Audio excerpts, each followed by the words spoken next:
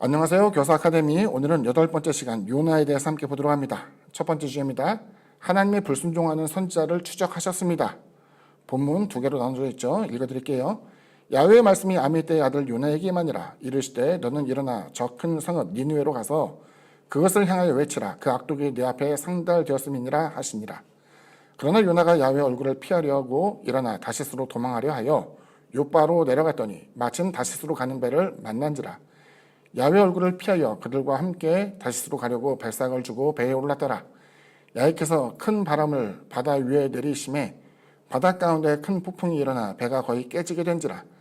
사공들이 두려워하며 각각 자기의 신을 부르고 또 배를 가볍게 하려고 그 가운데 물건들을 바다에 던지니라. 그러나 요나는 배 밑층에 내려가서 누워 깊이 잠이 든지라. 요나를 들어 바다에 던짐에 바다가 뛰는 것이 곧 그친지라. 그 사람들이 야훼를 크게 두려워하여 야훼에게 제물을 드리고 소원을 하였더라. 야훼께서 이미 큰 물고기를 예비하사 요나를 삼키게 하셨으므로 요나가 밤낮 3일을 물고기 뱃속에 있으니라. 두 번째 주입니다. 하나님이 요나의 니느웨 백성을 용서하셨습니다. 내 영혼이 내 속에서 피곤할 때에 내가 야훼를 생각하였더니 내 기도가 죽게 이르렀사오며 주의 손전에 미쳤나이다.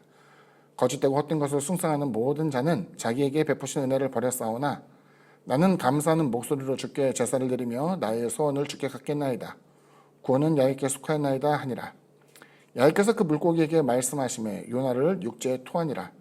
야훼의 말씀이 두 번째로 요나에게 임하니라. 이르시되 일어나 저 큰 성읍 니느웨로 가서 내가 내게 명한 바를 그들에게 선포하라 하신지라.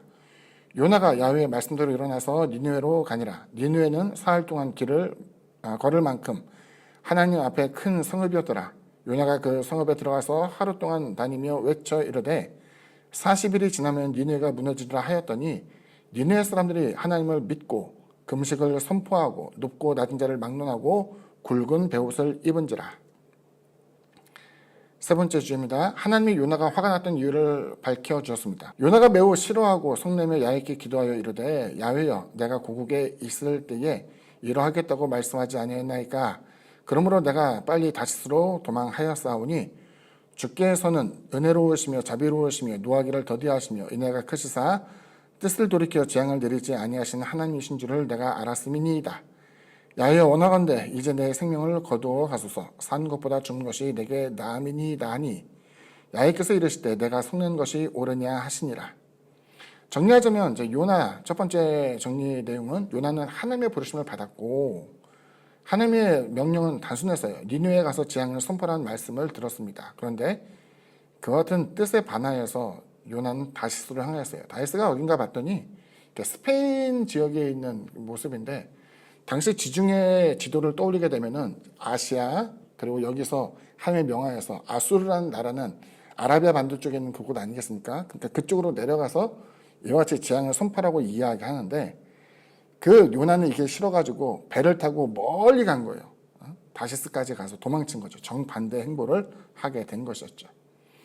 두 번째 정의된 내용을 보면 요나가 탄 배는 이윽고 풍랑을 만나게 되었고 이와 같이 잠든 요나를 깨우면서 각자의 신에게 기도할 것을 이야기하는데 줄거리의 내용이에요.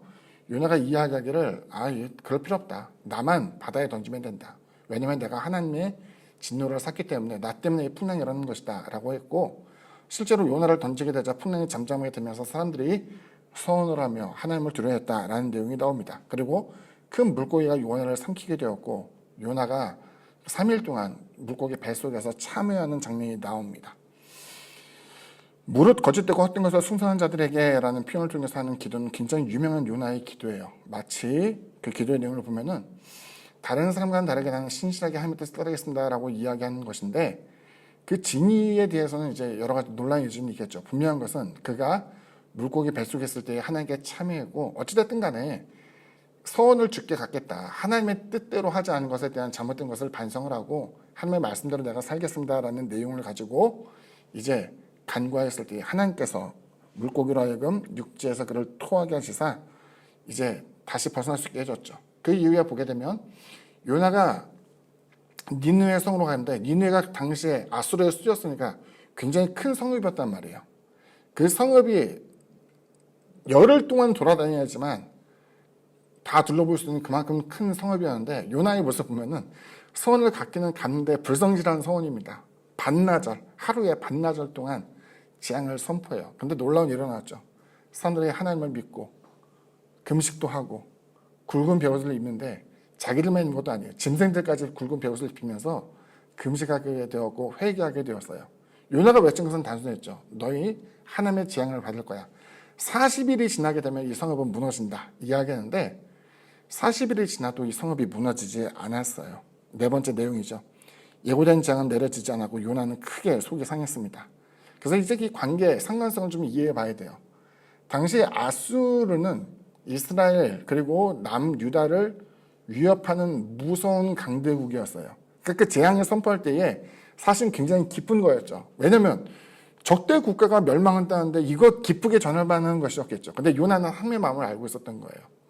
망하게 하면 그냥 망하게 하시지 하나님께서 재앙을 선포한다는 것에는 겁을 주는 것에는 회개의 기회가 주어지는 것이고 설령 그들 가운데 누군가 회개하게 되면은 혹시나 하나님의 재앙이 내리지 않을까 생각했던 건데 자신은 하나님의 재앙을 선포했지만 실제적으로 그들의 회개함으로 말미암아 자신의 예고된 재앙은 거짓 재앙처럼 비춰지게 되었고 여기서 그가 크게 당황해하면서 또 당혹해하며 화를 내게 된 것을 보여주고 있었죠. 하나님이 이제 요나에게 묻기 시작합니다. 너가 성낸 것이 옳으냐? 요나가 이제 대답하기를 내가 죽기까지 옳다라고 이야기한 것이고 이 뒤에는 이제 여기 본문은 나타나지 않지만 박넝쿨 사건이 일어나게 돼요. 하나님께서 박넝쿨을 요나를 위해서 예비해 주셨는데 박넝쿨이 이제 잎사귀가 큰 넝쿨이란 말이에요. 그러니까 그늘이 되어서 거기서 이제 쉴 수가 있으니까 거기에서 요나가 박넝쿨로 인해서 크게 기뻐했어요. 그런데 하나님께서 거기다가 이제 벌레를 예비하시고 뜨거운 동풍, 그러니까 뜨거운 바람을 예비하신 거예요. 그 줄기가 다 떨어지게 되고 그러니까 그늘이 다 사라지게 되었죠. 뜨거운 동풍으로 죽을 지경이 될 때에 하나님이 야 이래도 오라 그랬더니 그래도 난 죽기까지 옳다 이야기했고 하나님이 그 다음에 이제 요나에게 설명해 주는 거예요. 여기 보게 되면 좌우를 분별하지 못하는 사람이 얼마나 많으냐. 수십만의 사람이 있고 육축도 그러한데 너가 하루 사이에 생겼다가 없어진 박능골도 아꼈는데 하나님께서 이들을 아끼는 것이 당연하지 않겠냐라고 이야기하면서 그와 같이 하나님께서는 요나를 타이르는 장면이 나와요. 이걸 정리하자면은 다섯 번째 내용이죠. 하나님의 재앙의 경고는 결과적으로는 회개를 촉구하는 것이었어요.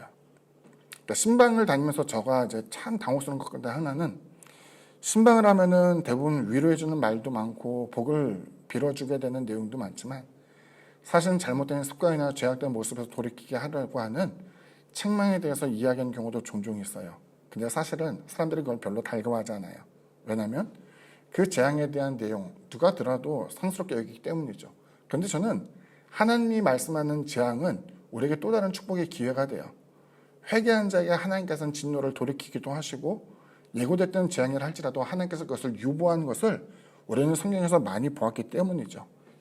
결과적으로 이것을 요나가 알았기 때문에 그가 니느웨를 향하지 않고 다시스로 향하기를 원했던 거예요.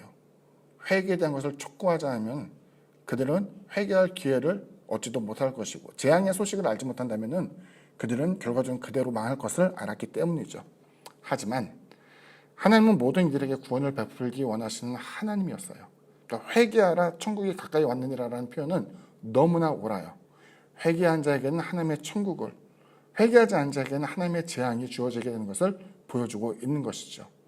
하나님의 재앙이 선포될 때에 머뭇거리는 자가 되지 않기를 바라고 굵은 베옷을 입고 금식하며 자신의 죄를 토로할 때에 하나님께서 비록 적대국이라 할지라도 그들의 죄를 하나님께서 심판하지 않고 유보했던 것을 우리가 떠올리게 된다면 하나님의 재앙, 또 무서운 하나님의 그 같은 책망이 있을 때에 이것에서 반드시 회개할 줄 알고 돌이킬 수 있는 저와 여러분 되기를 주님 이름으로 부탁을 드립니다. 아울러 또 한 가지 이야기한 것은 요나가 다시스로 도망했던 것처럼 우리는 그 같은 삶을 살아서는 안 돼요.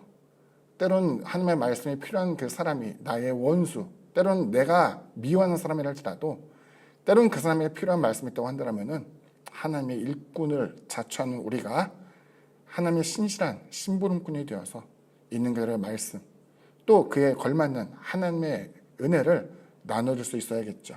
하나님의 은혜와 은총을 나눌 때에 그에 걸맞는 하나님의 보응이 있을 것을 생각하면서 신실하게 행동하게 되는 저와 여러분 되기를 주님의 이름으로 부탁을 드립니다.